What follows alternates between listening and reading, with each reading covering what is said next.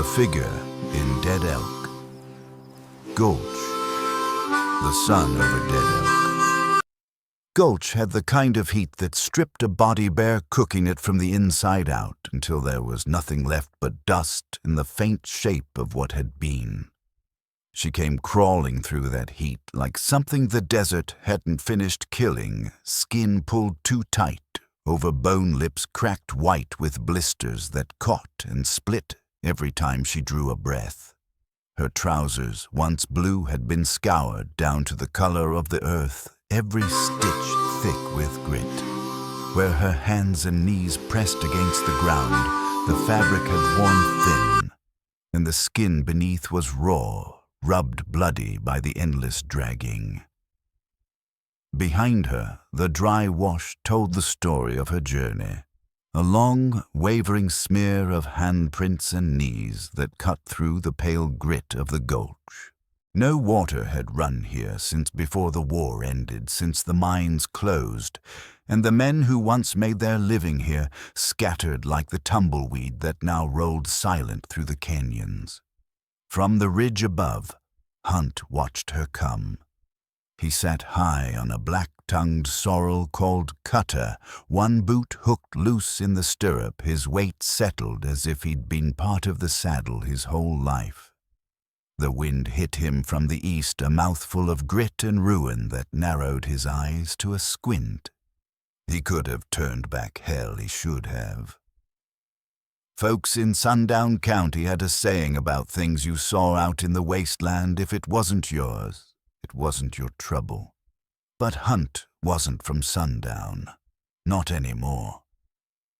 He tracked her with his eyes as she reached the brittle shadow of a dead mesquite tree and collapsed in a way that wasn't quite pain, it was softer, quieter, like breath leaving a body that had already decided it was done. She didn't move when he nudged Cutter down the slope, the horse's hooves careful among the rocks.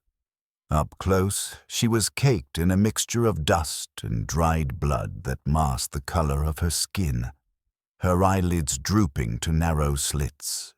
And in those slits he saw a strange, sharp shine, the guarded awareness of an animal that had lived too close to death for too long. "You got a name?" he asked, crouching beside her. No answer. Just the faint twitch of her fingers over a ribcage far too thin for summer. He pulled a canteen from his saddlebag and touched the metal to her lips. She drank without moving her arms, her mouth working around the water like she didn't trust its taste. Only when she choked and turned her head away did he pull it back. "You from the Wetley place?" Nothing. Overhead, a buzzard wheeled in the hard blue. She couldn't be more than 12, maybe 13, barefoot, no hat, no coat. Hunt thought of all the bodies he'd passed in his life, how many had been left right where they'd fallen because that was the way of things now. Let the land sort the living from the dead. He might have left her too if not for what came next. Her voice was small, almost broken. They killed her. He turned. "Who, my mother?" "At the creek. Took her shoes. Burned our cart." There was nothing else to ask. Hunt slid an arm under her, lifting her easily. She weighed no more than smoke. Then he swung her up across Cutter's back, took the reins in his hand, and started walking. The desert swallowed their footsteps without a sound. The meeting under the dead mesquite. The mesquite was long dead, its branches brittle as bone bark stripped by years of wind until it looked more like bleached driftwood than something that had once grown from the earth. Beneath it, the girl lay curled on her side, each breath shallow and stubborn, as if her body wasn't sure whether to keep going. Hunt stepped away from Cutter, the creak of saddle leather loud in the silence. She didn't flinch when his shadow crossed her. That alone told him enough she'd been emptied past fear. Up close, he saw her face was more dust than skin, a mask of dried blood crusted across one cheek. Her hair clung in stiff ropes to her temples. The eyes that barely opened to meet his were sharp in a way that made him think of wolves, not in strength, but in the way they measured the space between themselves and the end. He asked her name again, softer this time. No answer. The only movement was her fingers twitching over the hollow of her chest, tracing the sharp knobs of ribs like she was counting what was left. Hunt tipped the canteen against her lips. At first, nothing, then the smallest shift, her mouth parting enough for the water to slip in. She drank mechanically, jaw moving as though the taste was foreign.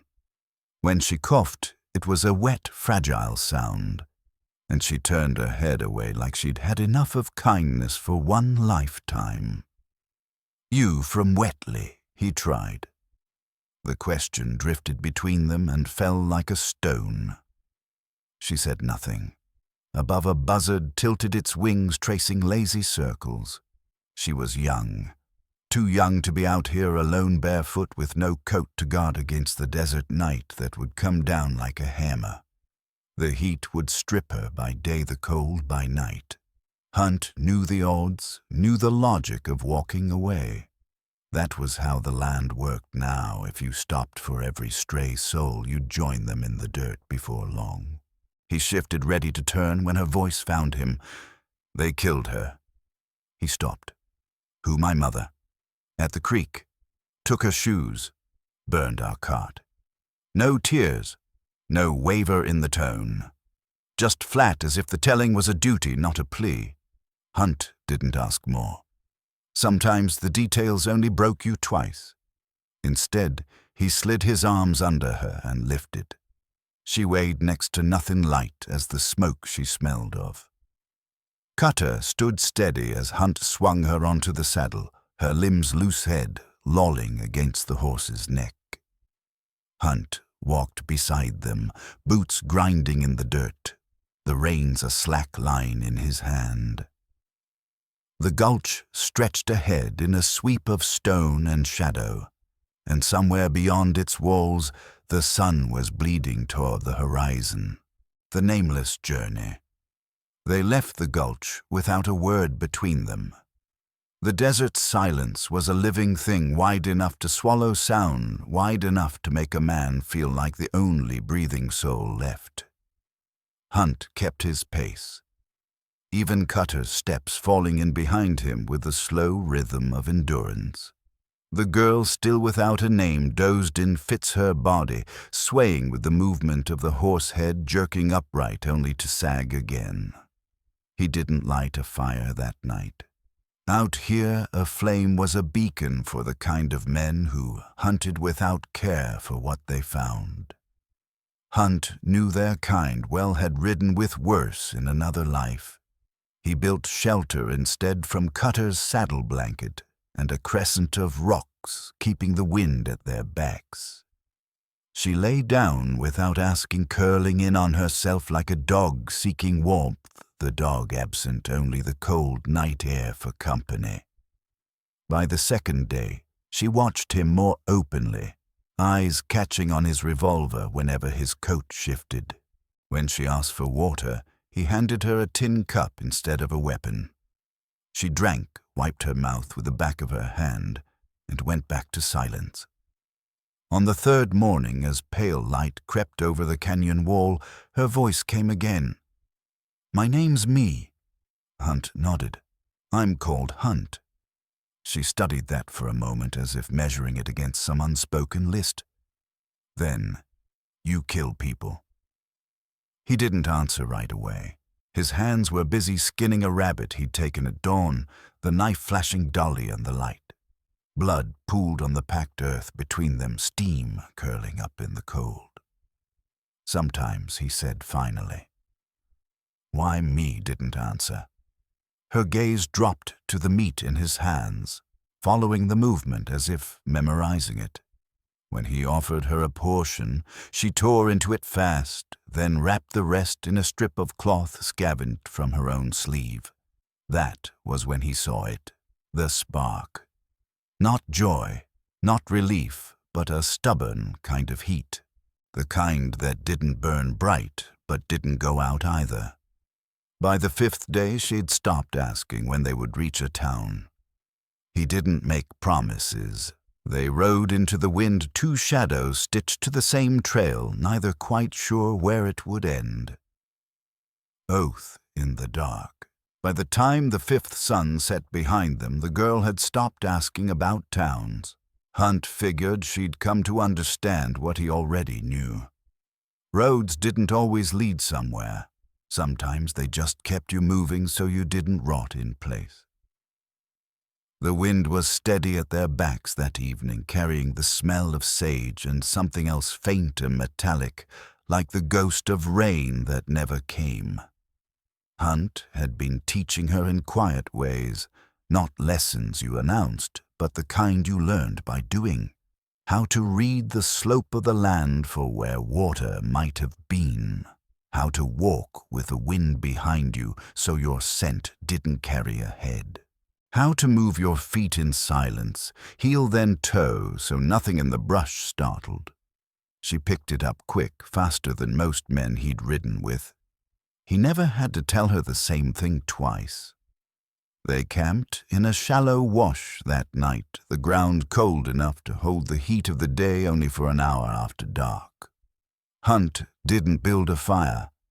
Coyotes were calling in the north hills, and the moon was sharp enough to cut shadows into the sand.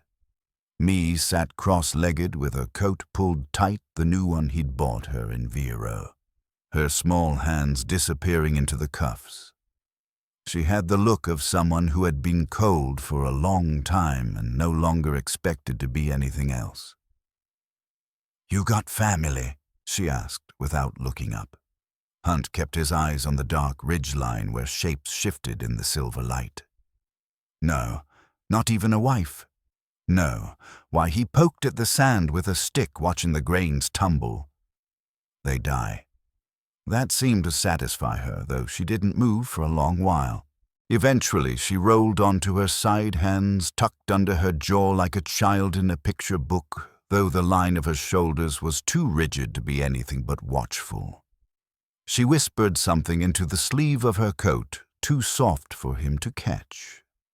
The next morning in the border town of Vero, Hunt left her outside while he asked questions at the saloon. When he came back, she was kneeling in the dirt, hand out to an old shepherd dog with half an ear gone. The dog's ribs showed through its coat, but it sat at her feet like they'd known each other years. "He's hungry," she said. "So are we." She reached into her pocket and pulled out a strip of jerky, holding it out without hesitation. Hunt didn't stop her. Some debts you didn't measure in coin. Later, back at the edge of camp, she asked the question that would change everything. "Will you help me kill them?" The firelight caught the planes of her face, and for the first time since he'd found her, her eyes didn't look hollow. They looked sharp, dangerous. "You said I've got you. Now," she added. Hunt's jaw worked the way it did when he weighed something heavier than his hands could carry. Finally, he nodded once. "Yes." She smiled, then not soft, not sweet, but like someone remembering they had teeth. The trail of the enemy. 2 weeks passed before she told him what she knew. By then the coat he'd bought her in Vero had lost its stiffness, worn soft at the cuffs where her fingers worked the seams. The shepherd dog, now answering to Rye, followed them at a slow, loping pace, his limp more noticeable on cold mornings, but never enough to keep him behind. They moved like a small, strange caravan, one man, one girl, one dog, cutting across land, where even the wind seemed reluctant to linger. The days were quiet, the kind of quiet that settled into your bones. Hunt didn't press her for details. When a person was ready to speak, they spoke. When they weren't, all you did by asking was push them deeper into whatever dark they'd come from. He figured she'd talk when she needed to, and she did on an afternoon when the light turned gold and long shadows stretched like fingers across the trail. There were 3 of them, she said suddenly, her voice flat. Hunt didn't look over. Men, she nodded. Ragged. Cruel. One had a scar across his lip. Another wore a deputy's badge he didn't earn. The third? She trailed off, jaw tightening. They came through our camp, took everything, food, blankets, my mother's hands. He didn't ask what that meant. Some things you could guess, and the guessing was enough to sour your gut. I hid under the cart, she went on. I saw them all. Hunt's gaze stayed forward, the rhythm of Cutter's hooves steady beneath him. Her voice didn't waver, but it had the cold edge of something sharpened too often. You want them dead? He asked. Yes. Then you'll need more than wanting. She glanced at him, eyes catching the late light in a way that made them look older than her face. You said I've got you now. I did. He let the words hang there a moment, the air between them heavy as storm heat. Then he nodded once the way a man might seal a deal without papers or handshakes. Then we find them. From that moment, the road had a shape, no longer wandering, but narrowing toward a single purpose. Hunt began to shift their route, angling toward places where the kind of men she described might pass a trading post at the edge of a dried-up creek, a half-rotted bridge where travelers stopped to water their horses, the shadow of an old fort where scavengers picked through stone. At each stop, Hunt asked quiet questions in the language of the road coins on a counter. A nod a name muttered over the rim of a whiskey glass.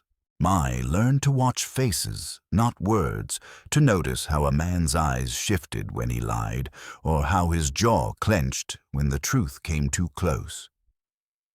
By the week's end, they had their first sign, a liveryman in Preacher's Jaw, who remembered a scar-lipped man and his companions passing through.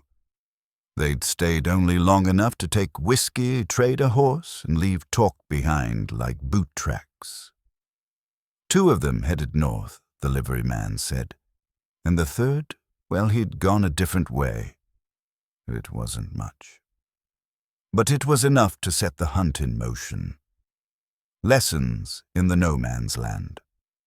The liveryman's directions took them into a stretch of country Hunt called no man's land, old Comanche range, long emptied by treaties that broke as quick as they were signed. What was left was dust bones and the wind's habit of carrying stories no one wanted to hear twice. The sun here didn't just burn, it hollowed, leaving wagon wrecks half buried in sand, like the ribs of some great animal that had died standing up. Hunt didn't tell me where they were going, only kept the pace steady, eyes tracking the horizon. She didn't ask.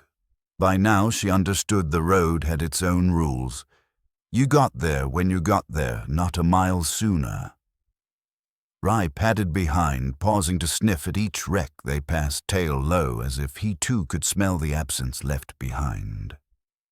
On the second afternoon, Hunt stopped by a rock outcrop, unwrapped a long rifle from oilcloth, and handed it to her. Not the Colt, he said. Not yet. The rifle was too long for her arms, the stock sitting awkwardly against her shoulder. But she adjusted without complaint, cheek pressed to the worn wood. Hunt stood behind her, correcting the set of her feet with a nudge of his boot. You don't shoot to scare, he said, his voice carrying just enough weight to stick. You shoot to stop. Mai nodded, sighting down the barrel. And don't pull the trigger squeeze. Let the shot break clean.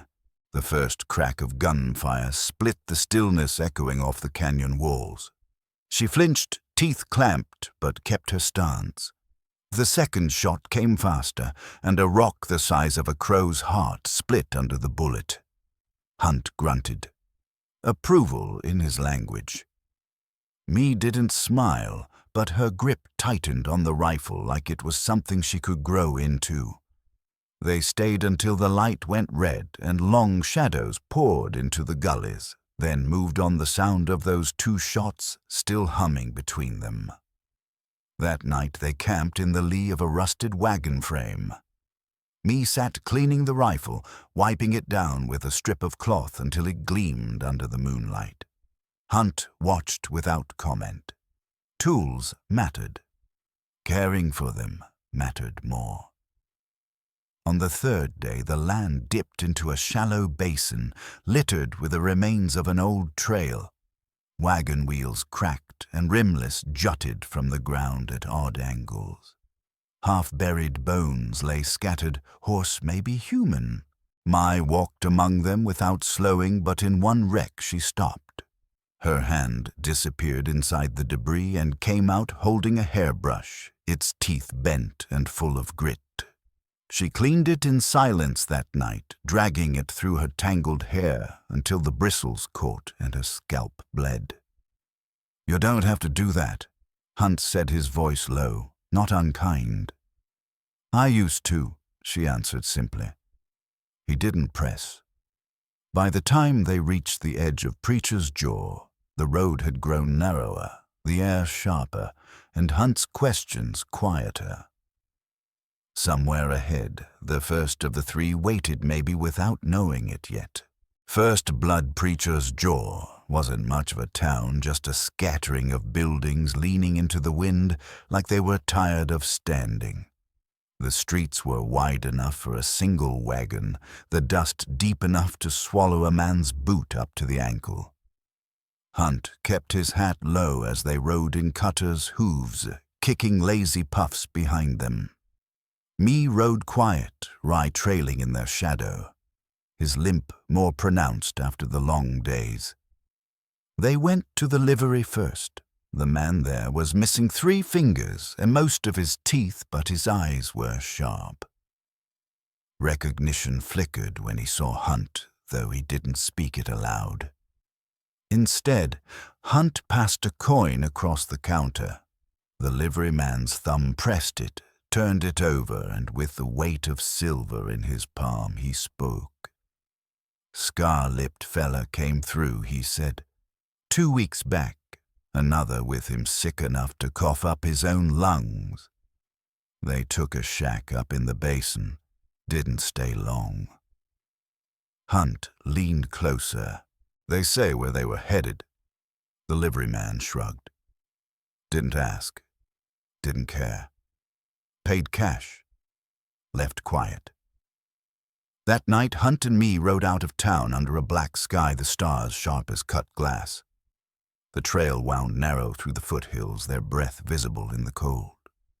At dawn, the basin lay below them, half buried in snow pine trees, hunched against the wind.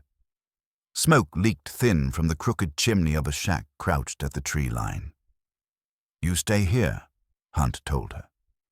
Me shook her head. "No." He watched her for a long moment, something unreadable in his eyes, then nodded once. "All right." They moved like wolves, slow quiet, the snow muffling their steps. Rye stayed behind, lying low in the brush. Hunt reached the door first, his boot driving it in on the first kick. The man with the scar across his lip turned, eyes widening as his hand went for his gun. Too slow. Me's shot hit him in the side, knocking him off his feet. He screamed, hands clawing at the wound, blood pooling fast on the floorboards. The other man, gray-faced and shaking with fever, made for the back window. Hunt cut him down with the butt of his revolver, sending him sprawling across the cot. Me stepped inside the cold, following her. The scar-lipped man wheezed something ugly at her, and she shot him in the throat without hesitation. Then she walked to the man on the bed. His eyes were wide with something close to understanding when she leaned close. "I heard her," she said. when you cut her." His hand twitched toward her, but she drove the knife into his chest, slow and deliberate. The sound he made was more sigh than scream. Outside, the snow began to fall again, the hunt for Harlan Vex. They left the basin in silence. Me didn't look back at the shack, didn't glance at the red stains drying on her hands. Hunt didn't speak. He saddled Cutter, swung into the saddle, and waited until she mounted before turning them west. It was only later by the fire that he told her about the third man. "Harlan Vex," he said. "Quiet one. Never laughed, never shouted. Just watched. Those are the dangerous ones. They hold their rage longer until it turns into something smarter. They followed rumor across country so wide it felt like it could swallow you whole, through abandoned ranches where the wind rattled broken shutters, past outlaw camps with old bullet casings buried in the dirt like seeds. Me asked fewer questions now. She'd learned how the world worked slow cruel without apology. One night by the San Pedro crossing, they stopped at a trading post that had once been a chapel. The walls still held the rusted nails where crucifixes had hung. A woman there, blind in one eye, remembered Vex. Came through with a wagon of horses, she said, kept his face low, paid in gold teeth, left east toward Bitter Wind. "Bitter Wind?" me asked. "That ain't a town," Hunt said. "It's a place men go to disappear." Bitter Wind lay cradled in a scar of the earth, a ring of stilt shacks and brushwood huts around a dried spring. Bones hung from cedar poles, clacking in the wind. Hunt rode in ahead, his presence enough to keep trouble at bay. They took lodging in what had once been a mercantile, now little more than 4 walls and a roof that leaked. The woman who ran it had teeth filed to points and charged $1 for the roof and a story. "Vex works the mine," she said, "or says he does. Don't look at him too long.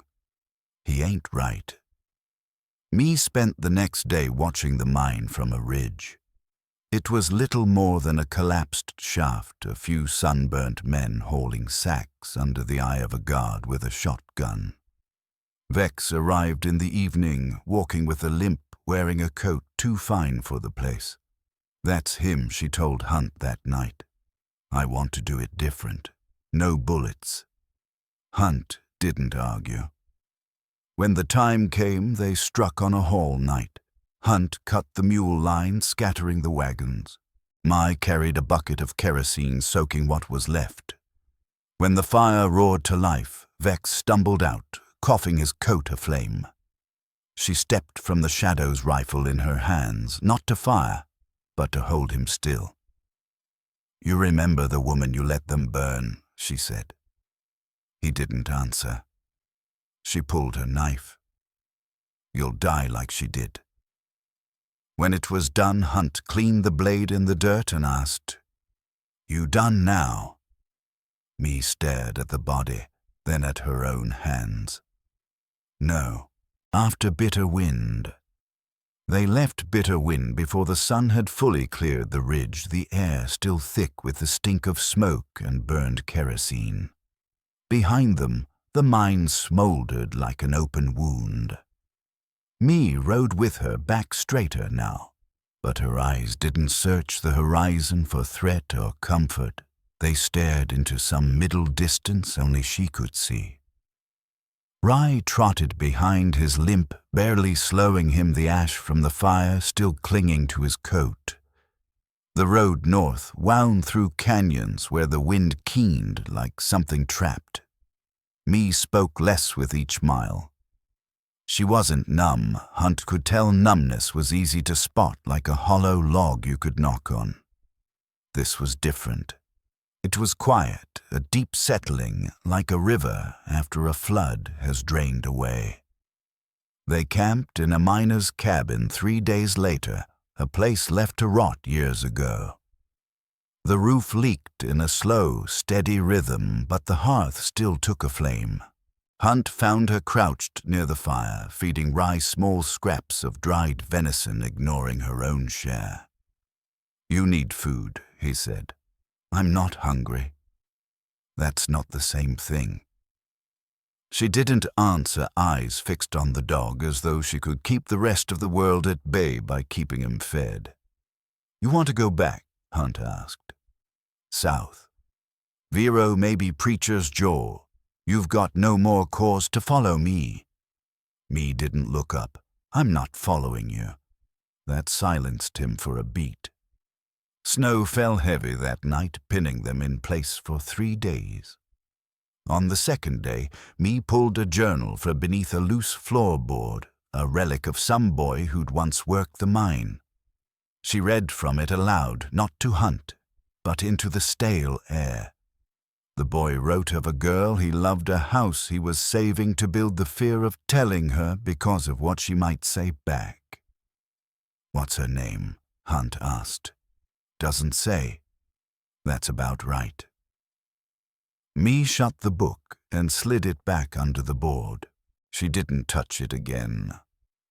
When the snow cleared, they rode on. The white drifts clung to the ridges behind them, but Me didn't look back.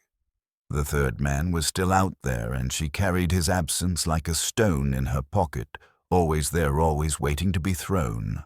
The letter from the past.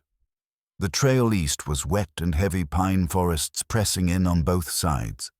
Mist hung low, turning the air thick enough to taste. Hunt said little. Me said less. Then, in a town called Sevier, a rider came through with a letter. It was sealed in dried blood, the name scrawled on the front, Ilya's Grail. Me stared at it for a long time before saying, "That's my father's name." "I thought he was dead," Hunt said. "So did I." She didn't open it right away.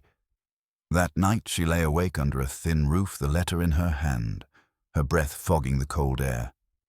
"My mother said he ran." She murmured, not quite to Hunt. "Said he left us. Maybe he didn't." Hunt offered. She wouldn't have lied. No, but maybe she didn't know. In the morning, she saddled Rye's feed bag without being asked. "I'm going to find out," she said simply. They rode east without a map. The land grew stranger, green hills rolling into thick pine, the air wet with moss and rot. Roads disappeared into roots and fog. In a place called Bastion Hollow, they heard his name again. A woman sweeping dirt outside a leaning shack said, "The preacher." Me flinched. "Preacher." The woman nodded. "Came here a year back. Used to be army, then lost his way. Built a chapel. Doesn't preach anymore. Just digs." They found him 3 miles out, building a fence in the rain. His back was bent hair going gray at the roots. The chapel behind him sagged in on itself, bell missing, door split. When he looked up, he froze. "You're her," he said. "You're my." "You were dead," she answered. "Your mother told you that she said you ran." His shoulders dropped. "I did. From men who wanted me dead. I told her to follow. She wouldn't." "She died screaming," Me said, her voice steady as stone. "I know. They didn't touch. They didn't forgive. They just stood there in the rain, the years between them, thick and unmovable." Hunt stayed back watching, not trusting. When Grail invited them inside, Me followed. The chapel smelled of mildew and ash. Shelves sagged under jars of dried roots and maps. A cot in the corner dipped where we slept. "I tried to forget," Grail said.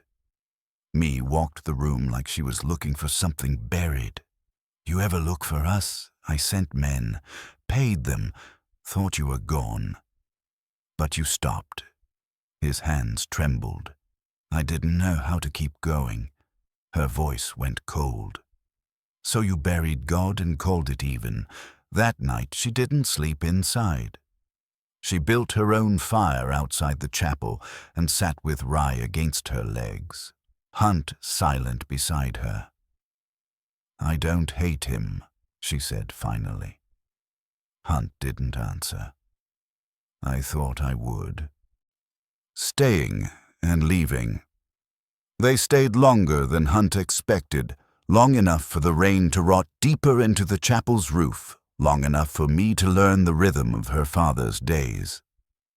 Grail moved slowly, not because of age, but because life had worn his joints down to the bone. Every sound above a whisper made him flinch. When he lit candles at dusk, his hands trembled just enough to make the flames quiver. Me watched him without saying much. She learned how he winced when the bell rope swung in the wind, how his eyes darted toward the tree line at the sound of distant hoof beats. He wasn't an evil man, just ruined. And ruined men, she thought, had a way of hollowing the space around them until there was nothing left to build on. One morning she found him outside carving names into thin strips of pine. Her mother's name was there. So was hers. The third name was worn, the letters half erased by weather and time. "I tried to build something that would last," he said. "You still can," she replied. He looked up startled, like he hadn't expected her to give him that much, but she didn't say more. The night before they left, Me gave him the letter. He didn't open it, just held it in his palm as if it weighed more than steel. She didn't ask why. Some truths were meant to stay sealed until a man was ready to let them burn. "If you ever want to see me again," she said, "you'll come looking." Then she turned away, pulling her coat tight, the cold morning air biting through wool and skin. Hunt was already saddled. Rye sat in the frost-dusted grass, waiting for her signal. They rode out without ceremony, the chapel fading into the mist behind them. The wind carried no words between them for miles, but something had shifted. Me no longer looked over her shoulder. She didn't have to. Holler's Ridge. Spring in the highlands came slow and mean, dragging its heels with more rain than sun. The trails turned to mud that clung to Cutter's hooves, pulling with a stubborn grip. Me didn't complain. Her silence now was steadier, less bitter, like she'd finally struck something solid beneath all the grief and rage. Hunt noticed she was eating more, sleeping without the knife clenched in her fist. They weren't headed anywhere in particular, just moving, breathing, until they found the boy in the ditch. He couldn't have been more than 20, pale as bone, a dark hole in his stomach where the blood leaked slow and steady. Me knelt beside him, 2 fingers against his throat. "Still there," she said. Hunt poured water from his canteen. The boy's eyes fluttered open. "Riders," he whispered. "Took the town." "What town?" Hunt asked. "Holler's Ridge. Came at night. Said they owned it now." He coughed red froth at the corners of his mouth. "Marshall's men, but no badges." "Why'd they shoot you?" "Ran for help. He didn't last another hour. They buried him under a cottonwood, marked the spot with a flat stone." "You want to ride the other way?" Hunt asked. Me stared west. No. Holler's Ridge sat low in a narrow valley, its road slick with runoff. From a bluff above, me counted 6 horses tied outside the saloon. 2 men on the porch, rifles in their laps. Another on the roof with a spyglass. "They've done this before," she said. "They know the rhythm," Hunt agreed. "What do? We change it." That night they came in from the north. Hunt cut the saloon horses loose, slapping their flanks until they vanished down the ridge. Me moved behind the mercantile, pouring lamp oil over the crates stacked high, then struck a match. The fire went up fast, bright enough to paint the street in gold and shadow. Gunfire followed. The man on the roof dropped first Hunt's bullet punching through his neck. Another fell by the water trough. Mai slipped through the dark, her shots low and deliberate. By dawn, 3 were dead, 2 had fled, and 1 was left tied to a post with a warning carved into his shoulder. You don't own this place. The spreading reputation. Word traveled faster than the horses they rode. By the time Hunt and Mai left Holler's Ridge, their names or pieces of them were already circling along the freight routes and in the mouths of drifters at roadside fires. Some called her the girl with the dog and the fire eyes. Others called Hunt the broken judge, a man whose silence cut deeper than a bullet. Neither of them bothered to correct the stories. They didn't linger in one place long enough to let the roots of rumor take hold. 1 week they burned through a nameless town where women were chained in a cellar under a butcher's shop, the owner calling it debt. Mi broke the lock with the butt of her rifle and stood at the door until each woman stepped into the light. She didn't give them her name. She didn't have to. Another week they came across a preacher selling children to passing travelers. Hunt shot him in the gut and sat on the church steps while the man bled slow. He didn't let him die until the fire inside had eaten halfway through the rafters and the preacher could hear the walls caving in. They moved like a sickness you didn't see until it was too late, quiet, unshakable, leaving only the wreckage of rot they'd torn out. People began to follow them, not like soldiers to a general, but like survivors, finding the one road that didn't lead back into the fire. There was a mother from Sevier who had nothing left but the coat on her back and a voice like broken glass. A boy from Bitter Wind who'd learned to skin rabbits with a knife too big for his hand. A one-armed veteran Hunt had once dragged out of a canyon when the world was still pretending to be civil. They trailed behind, at first keeping their distance, but they didn't fall away. Hunt didn't call it a gang.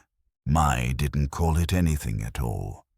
But when they rode into a town, eyes followed her first, the girl with the rifle and the wolfish dog.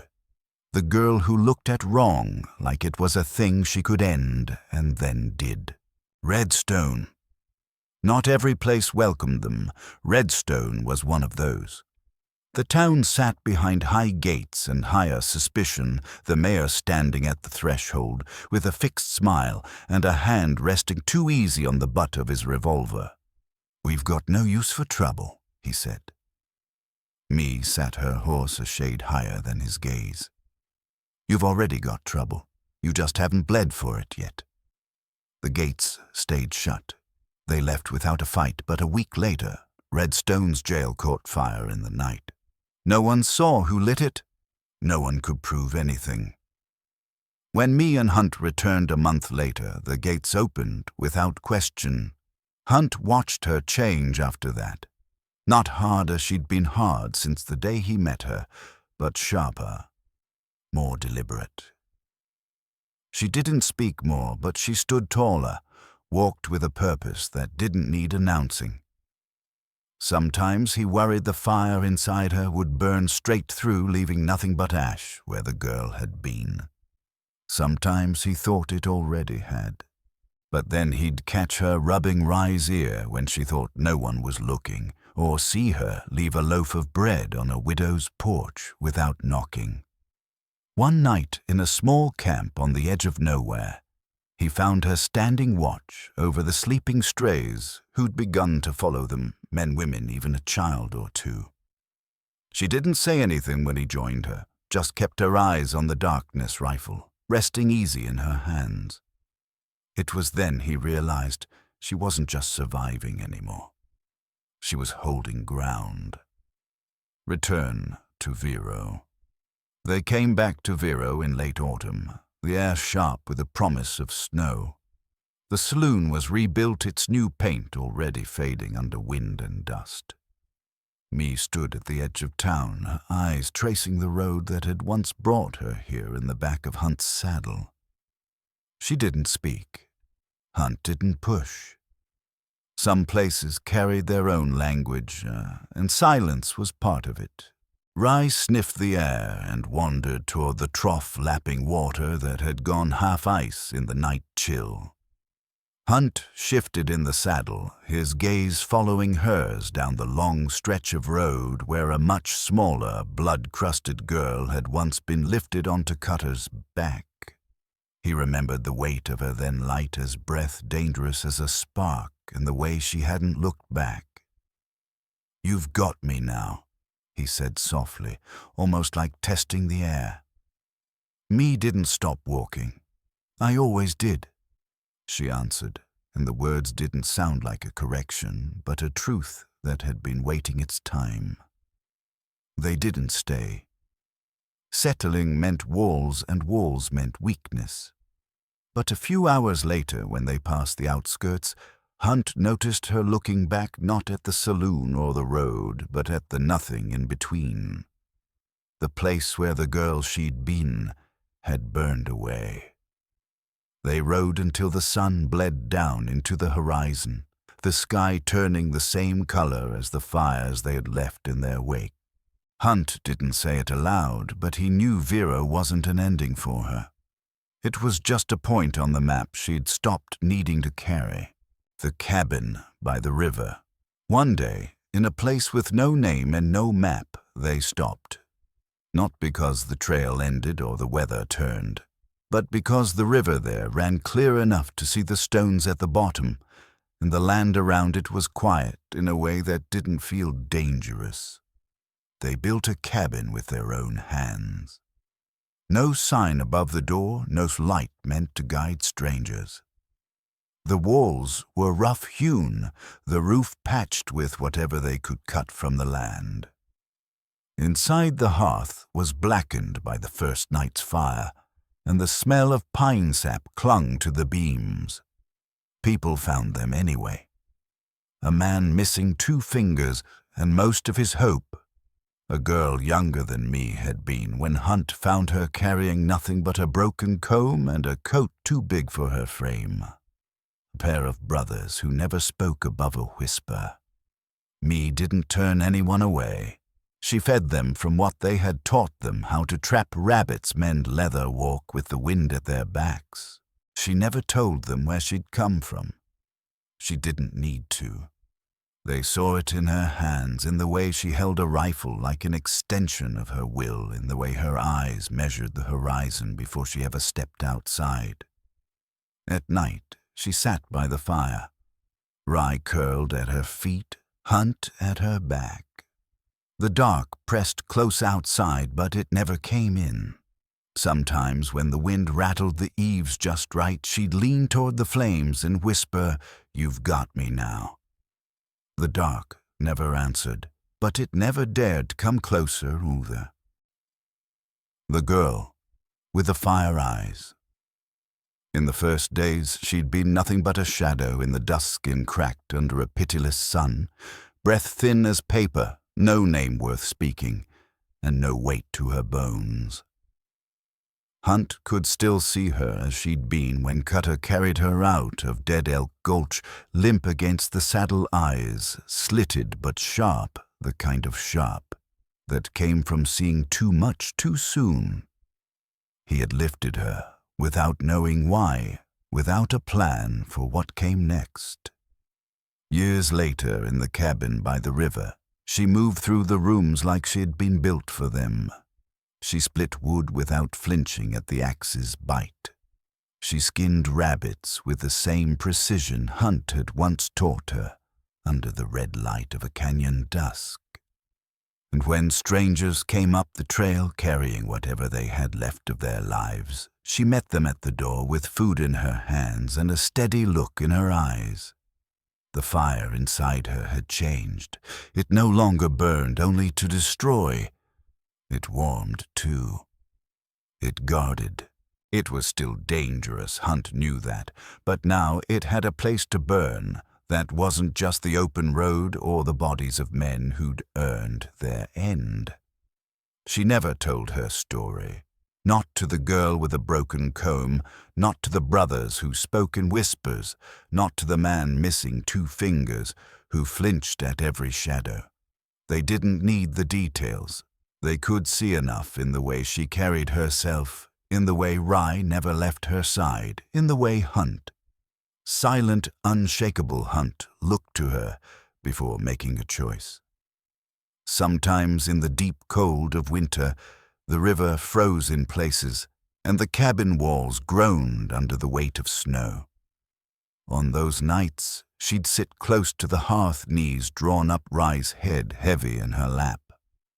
Hunt would sit a few feet back, working a blade over a strip of leather or whittling a piece of pine down to its quiet center.